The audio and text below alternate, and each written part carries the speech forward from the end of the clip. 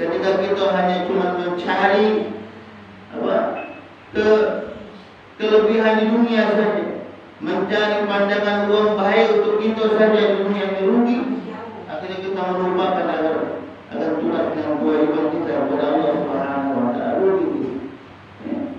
Jadi itu yang kedua. Selain dari ziyadatul mal, yang kedua apa? Ziyadatul mansib. Yang ketiga ziyadatul ilm. Ini juga sama. Bertambahnya ilmu pada diri. Jadi kita yang ada ilmunya dititipi ilmu oleh Allah, walaupun cuma sedikit ini terkadang hati-hati. Ini kan terkadang kita ini baru ilmunya sedikit sudah mulai. Nah ada yang sudah mulai nyala-nyala keluar. Kita ini sama-sama di dunia ini. Karena ilmu kita sangat sedikit yang diberikan oleh Allah Subhanahu wa taala. Maka oleh karena itu dalam kita melakukan sesuatu, begitu kita beribadah kepada Allah Subhanahu wa taala, kita melakukan kebaikan di dunia ini, yang kita dititipkan oleh Allah Subhanahu wa taala ilmu, diomani.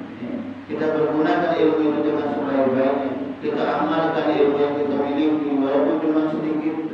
Mungkin kita baca ngajinya hanya bisa ya tahu hukum izhar misalnya gitu kan. Hukum izhar dalam bacaan Al-Quran. Kita tahu sih kok, kita ajarkan orang lain yang belum tahu. Apa itu izhar misalnya gitu. Ketika baca man amila salihan misalnya baca amila salih. Kita tegur kita ingatkan kamu dari baca harusnya bukan ma'amina tapi man amina. Jelas baju, jangan disamar-samar, jangan didengungkan, ngatur. Karena itu ada huruf mati bertemu dengan ain. Dan kalau ada huruf mati bertemu dengan ain, itu hukumnya izhar. Dan izhar itu cara baca memang jelas.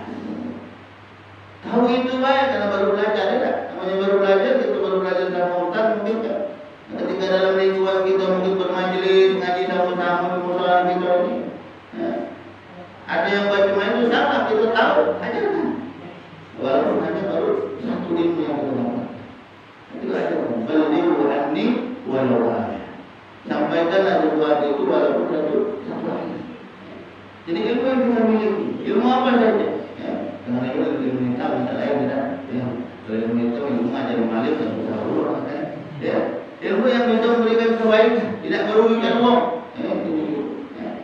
Kita mungkin bisa buat pempek yang lemah, itu kan ibu-ibu. Ada lihat tetangga sebelah kalau kita acara tempat dia, bikin pempek dia buat keras dulu. Keras kalau digigit. Ada lembut-lembutnya, kecil yang kita susah hari ini makannya. Ya. Kalau giginya goyang lepas, itu digigitin hari ya.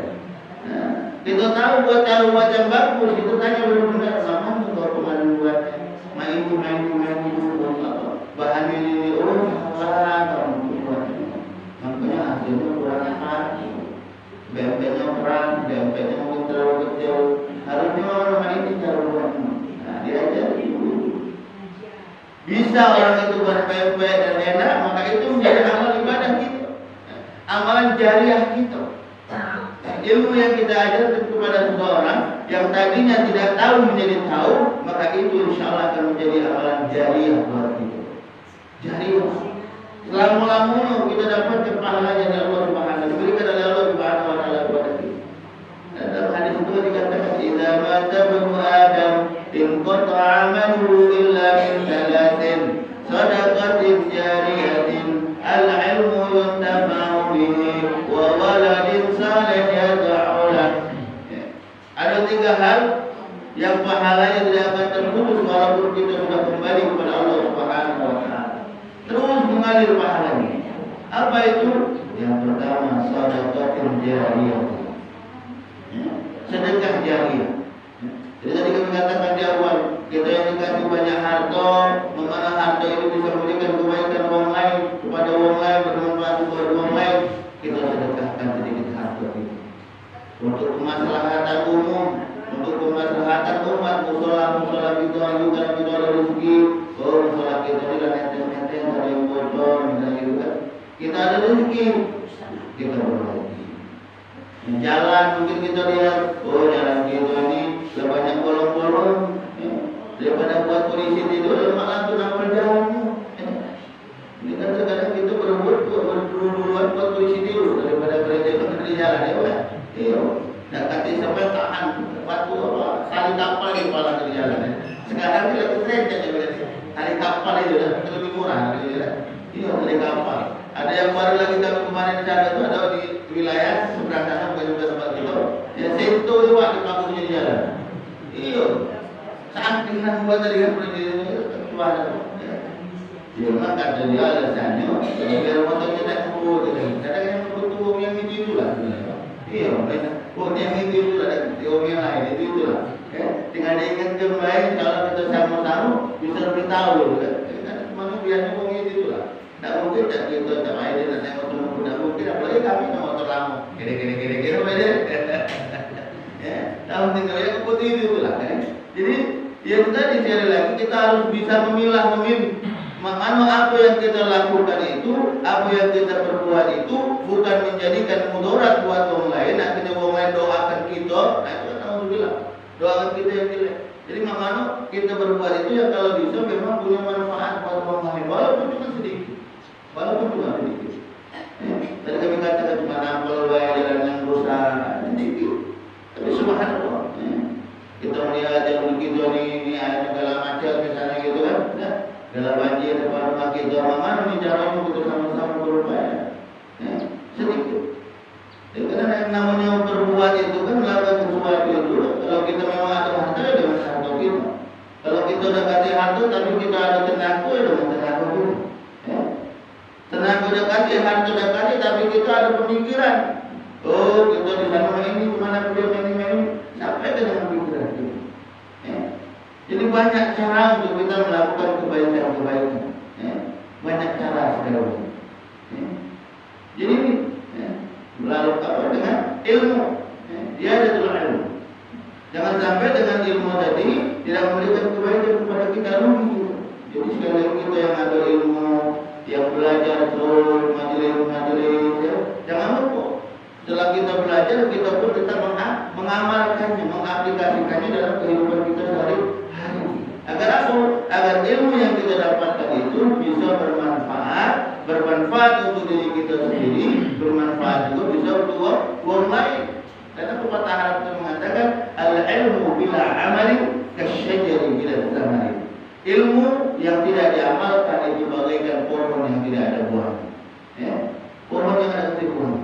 Kita nanam pohon larindang, daunnya lebat, kita nanam matoani daunnya lebat.